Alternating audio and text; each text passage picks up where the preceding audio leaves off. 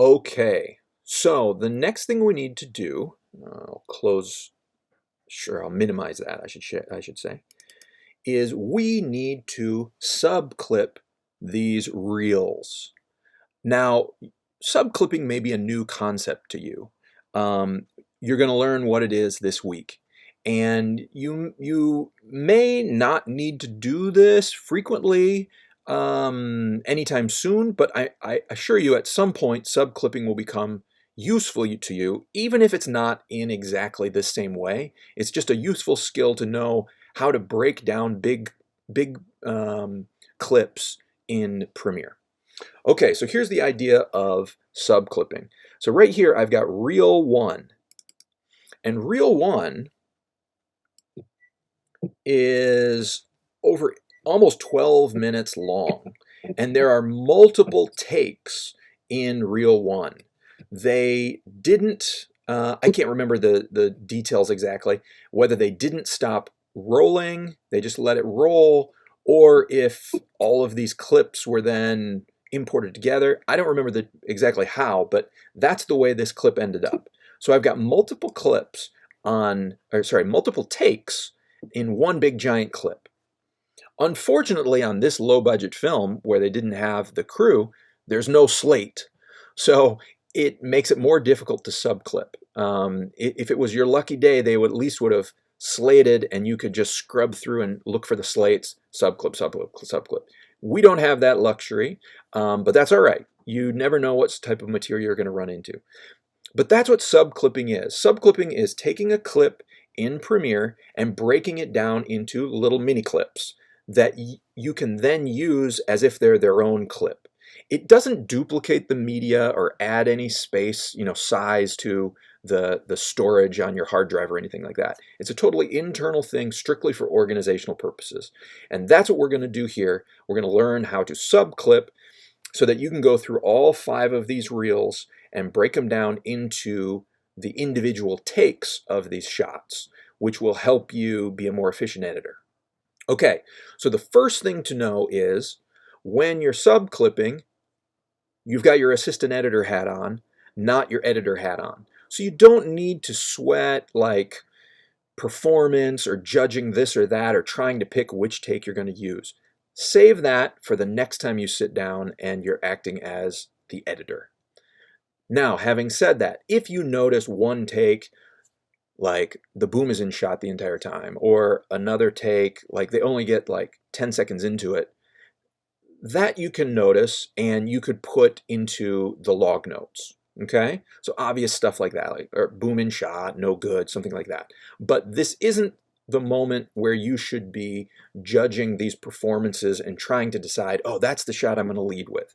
Save that for our next lecture. Okay, so subclipping, keyboard shortcut, Command U, as in clipping, I guess. I don't know. I wish it was Command S, but that's safe. So Command U is going to be your subclip keyboard shortcut. So you're going to go up here, hit L. She's going to be in there, right? Yeah, Kara can get in your position. There's lots of chatter, the director and the DP talking through this, and they never slate, they just let it all roll. So you're just going to have to get through that. And basically what you're listening for is action. Yeah, that's good. Okay, so start a little forward, Lou, and then you lean it. Okay. And sounds in place. Okay, so make time. Look at her stare again. That's what's getting you mad. She boils your blood. Okay. We just dab a little bit before we go. Right, so we got to wipe off sweaty Boss Lou, who's so in character, he's sweating. Okay. So she boils your blood. All right. And I'm going to grab it here. So I'm going to put my in marker. Action. Let me try this a different way. What business are we in? The news. Now here's what I'm going to do. I'm going to actually watch it double time because remember, I'm not really judging performance right now. I'm the assistant editor. We report The news. Correct. That's too easy. What business are we in? I don't know, HG, what do you mean? And I'm going through keeping careful attention, listening for cut. Or if I notice something crazy like a light burns out and obviously it's a no good take. What is it that we're not paid to do? Come on, this is silly. Well, come on, humor me. Tell me one thing that it is we're not to do. I don't know. Why don't you just tell me? All right. How about fairy tales? Are we paid to weave fairy tales? No, obviously we are not. Really? Then how about children's stories? Are we paid to entertain kids? No. Okay, let's read through that page. Let's go. Okay, and there we've got a cut. So I'm going to put my out marker. So there we go. There is my first subclip. Now I do Command U. It says, hey, do you want to make a subclip of this? And I'm going to say yes, but I have an opportunity right now to name it. So let's name it. So let's talk about how to name clips. Here's how I name clips when I'm editing narrative projects. The first thing I always start with is the character name abbreviated, because I'm trying to be efficient here and save time. So this is Boss Lou. So let's just call him BL. Space. The next thing I want is shot type. Is it a medium close-up, a close-up? What is this? This is an OTS. So BL OTS. So Boss Lou in an OTS. The third thing is if there is some kind of camera movement to the shot, this is where I would put it. So if there was a dolly or a zoom or a pan left or something like that, I would include that sort of abbreviated here. Now what we saw did not have any. And sort of just like a free-floating camera that's sort of just keeping the actors in frame, but isn't a tracking shot. You don't need to put anything for that. So this would be BLOTS. And then remember, my take number is going to go in a column, so I don't need to put that here. I'm just going to say, okay, kabam. BLOTS, take number 1. Kaboom. Okay, now let's blow this up so we can see a little better. Okay, so here is the subclip, and here is the reel. We don't want to get these things mixed up. So I want to, within video, I want to create two things. I want a new bin that's BL for Boss Lou. So every shot that's a Boss Lou shot is going to live in this bin. And I'm going to drag this right there. Now, all of these reels are kind of messy to just be here. So under video, let's create a bin called reels. We'll put all of those there.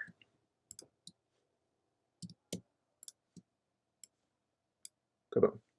Okay, one last thing, we won't get into it today, but sometimes what you'll find, especially right if you have a slate, is that your thumbnails all end up being the slate, which isn't all that useful. There is a way when you right click on these to set poster frame that can change the thumbnail. So that may be something down the road you want to get into, setting your poster frames. Now, to be fair, to be honest actually, I don't like the way Adobe does this anymore. It used to be really simple. I could, with a couple of keyboard shortcuts, set my thumbnails really well, and currently it's a bit of a rigmarole. This assignment, it won't really matter because we're going to get pretty good thumbnails just from our subclipping. But down the road, that may be something you want to figure out the shortcuts for, especially if you have slates that are on all your subclips. Okay, so let's roll along with our subclipping. So let's open up Reel. Let's get our reel back there. And I guess this is the moment to show you. Here's the reel, right, which is like 12 minutes long. Now let me load. There's take 1. Boss Lou OTS take 1 is 56 seconds long. Okay? And eventually you're going to watch this. You're going to make notes over here about the performance. Maybe you'll even do markers. So that you get ready to edit. But right now what we just did is everything we need to do. The only thing I'd put over in log notes is if, like I said, some big obvious thing happened, like a light went out or the microphone got in frame or something like that. I didn't notice anything like that. So let's just move along, get the reel loaded and ready to go again. And also, I'm pretty sure this will work. If we then click this bin, I'm pretty sure that when we make this subclip, it'll go into this bin, which is handy so I don't have to keep dragging things around. So let's go back to my source window. Now I'm going to push I, and exactly where I left, I'm going to make my new endpoint. Maybe I'll change that, but it's just a convenient thing I can do to save some time. That was actually, a lot of the beats there were really nice. So I don't Obviously, besides when you think I want this chitter chatter, so I'm going to put a new in. Rolling, after action, take your time, and action. There, I just set an endpoint. Off we go. Let me try this. Let's double speed it. What kind of business? Correct. That's easy. Let's try it. What kind are we not in? What do you? What is it that we're not to do? Come on. And fortunately, you guys have analyzed the script, so you know it very well. So you're following along. You know what line to expect. You know when he flubs the line. Okay, well, how about fairy tales? Are we painting fairy tales? Oh, there we go. My bad. It'll just help. Mistake. So we're going to put O, Command U, Boss Lou, OTS, OK, take 2. Okay, so I've just run across something new that Adobe's changed, and it's no problem. It'll be kind of a learning opportunity for us here. But since the last time I taught subclipping, Adobe has changed how it handles something. So this started to make me concerned when I saw this take number. Did you notice this? That when I gave our first subclip the take number 1, it also gave it to the reel, and now that I've created my second subclip, it also gave it take number 1. So for whatever reason, Adobe currently, and maybe there's some way I can get under the hood and disable this. I'll need to do some research on that. But for now, it's becoming clear that whatever, these are subclips, and Adobe's treating them as independent clips, except for the take number. So this whole automated take number thing isn't going to work for us this time. So it's still good you know take number exists. Down the road, when even in this course, when you're given multiple clips where they're not all in one big reel, I suggest you use this take number to keep track of them. But for the rest of this subclipping assignment, we're not going to be able to use it. So let's just take it and get it out of the way. And go back here, and we're just going to do it the old-fashioned way, which would be included in the name. So Boss Lou OTS 1, Boss Lou OTS 2. So we're going to have all this the same. We're just going to include our take numbers here. It's not the end of the world. Take number is more handy for organizational purposes, and it'll automatically populate and cool stuff. We'll do that later in the semester, but for right now, include that take number into the name column.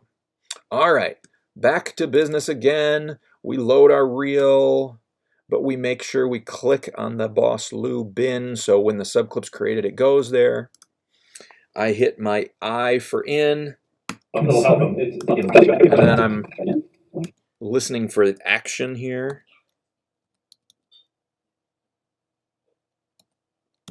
And action. I put my in marker. Now I'm going to scrub ahead, or I'm going to double time it. That's a different way. What business are we in? The news. We report the news. The news, correct. But that's too easy. Let me try something else. What is it that we're not in? What do you mean? What is it that we're not paid to do? Come on. Well, humor me. Just tell me. Name one thing that we're not to do here. Why don't you just tell me? Okay, well, how about fairy tales? Are we paid to be fairy tales? No, obviously we are not. No, okay, really? Okay, well, how about children's stories? Are we paid to entertain kids? No. Then I guess I'm a little confused as to why you're reporting about a wild animal that's out stalking beautiful blonde women in the city. I mean, it sounds like this. It sounds like this story is some sort of fairy tale, Miss Writing. Nearly 2. Take that for a second. Yes, Okay, and there's our cut. So out, Command U, Boss Lou, OTS 3, kablam. And there you go. So this is what I want you to do. This is subclipping. Go through all the reels and subclip out all of the different takes, and now including the take number here in the name. Remember, don't make these subclips too tight. Sometimes really cool reaction shots can be found just before action or just after cut. So be sure you're going through there and you're not making it so tight that you're losing some of those opportunities. Also, you probably will need room tone, and I don't think they properly, slate any room tone, so you might have to just go through and find some room tone. So think about that as well when you're going through and doing your subclips. Okay, so that's what you need to know to get through the project this week. Go through all the reels, label everything, have it all ready to go. Remember, don't stress out about judging the performance and all of that stuff yet. We'll do that in our next lesson. If you want to get ahead, go for it. But in terms of this project, you're just really organizing it and then giving me some screen grabs to show me what you did. Be sure to save your project and back up your project once you get done with your work. Email me if you have any questions. Okay, so that is assistant editing, organization, and how to do subclipping. Now, that's what your project is all about this week. So check it out up on Moodle. The media is up on Moodle. It's a link to a Google Drive. Download those clips, and that's what you're going to use. The material, it's the video for the script that you read, which, as I said, is from a low budget horror movie. One of the actors is a professional actor. One of the actors is not. I think you'll be able to figure out who's who pretty quickly. And non-professional actor, unfortunately, in this scene has all the lines and is having trouble with them. So as an editor, you sometimes have to deal with this. Now, I know from this scene that it's frustrating when the character is having issues, the actor is having issues with the lines, but that's your job as an editor. A couple things to keep in mind. In this particular scene, the Boss Lou character, the actor doesn't know their lines very well, but they give a really funny performance, and you can cut it together into a really funny, good performance. So don't get frustrated by the funny line business. Now, the second thing you should keep in mind is you don't have to use every line. He doesn't need to say exactly what's in the script. As long as you can hit your beats and move things along, don't worry about getting it line for line, word for word exactly right. You could even lose a line if it still flows. So keep that in mind. All right. It will be frustrating working with Boss Lou, but it will ultimately pay off because he steals the scene and he's kind of goofy. Also do your forum. Oh, and back to, so what are you doing on the project? I list it up on Moodle, but just for us to talk about it, the point of this, you're not really yet cutting this scene this week, for the assignment at least. You're not really yet even judging performance, actually. What you're really doing is just organizing it, subclipping it, labeling it, getting it all ready for the next step, which will be you going through and looking at the dailies and selecting, where you like this performance or that performance and how you're going to piece it together. But all you're going to send me is screen grabs and maybe a little written up text that's showing me and demonstrating to me, okay, this is where this is how my hard drive is organized. Here's my media. Here's my project file. Here's my project bin, or my project window. Here are all my bins. Here's how I have organized my shots. Here's how I've named them all. Here are my thumbnails. And I subclipped out everything. All right? That's what I'm looking for this week. Okay? Now, if you get through all that and you're ahead of schedule, obviously you're going to edit this stuff. So then you can start diving in to cutting it. I'll get into that next week in my video lecture about looking at dailies and some strategies for doing that. All right. I think that is it. Email if you have questions. See you in office hours. Enjoy subclipping monster movie footage. See you later.